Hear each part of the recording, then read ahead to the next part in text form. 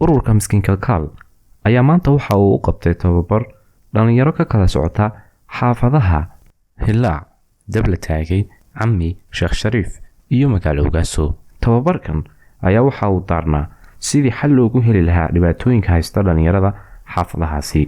Waxa ugu horreyn tababarkan furay Sheekh Kaysa Jaamac oo ka hadlay muhiimadda tababarkani leeyahay. shan xaafadood oo kala tagsan oo kala fog ayaa dhalinyartii la iskugu keenay oo tababarkan fadhiya.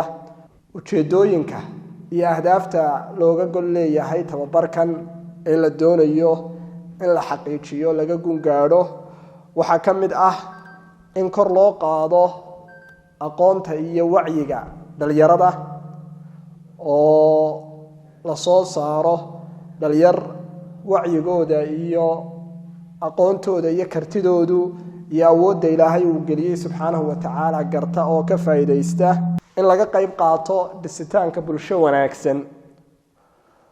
bulshaduna qayb iyo celceliska dhalinyartu celcelis badan bay ka tahay bulshada. boqolkiiba 50 wax ka badan bulshadu waa dhalinyar. marka bulshada hadday dhalinyartu hagaagto ummaduna waxay noqonaysaa ummad toosan oo hagaagsan. waxa kale oo halkaasi wacdi iyo waano uga jeediyay culimo iyo macallimiin kala duwan waxaana hadaladoodii ka mid ahaa nolosha adduunyada inta aad ku nooshahay raad iyo aasaar laga dhaxlo adduunyada kaga tag sida aynu wada ognahay walaalayaal cid kastoo muslimiina ay dareensan tahay ay yaqiinsan tahay ee aanu shaki ku jirin qof kastoo adduunyada soo mara oo adduunyada dusheeda yimaada oo uu ka guuraya geedi baynu ku nahay hase yeeshee marka dadku ay adduunyada ka tagaan ee laga tago waa laba nooc. dadka qaarkood maalintay dhinteen baa adduunyada hadalhayntoodii raadkooda ugu dambaysa. qaarna magacoodu waa waaraya uu sii jiri doonaa ilaa muddo dheer. nin shaacira wuxuu ihi qad maata qowmun wamaa maatat makaarimuhum wacaasha qowmun wahum fi nnaasi amwaatun. dadka qaar waa geeriyoodeeno beri hore ayay dhinteen laakiin makaarimtii iyo wanaagyadii ay lahaayeen may duugoobin may baabi'in ee way sii noosha. waa loogu ducaynayaa oo ilaahay subxaana wa tacaala wuxuu ka reebay athar iyo raad wanaagsan buu alla ka reebay. maanta aad joogto waxa aad qoraysaa buuggaad akhrisan doonto 50 sano kadib. halkaan ku celiyo maantadan aynu joogno cimrigan hadda aad haysato waxaad qoraysaa buuggii aad akhrisan doontay 50 sano kadib.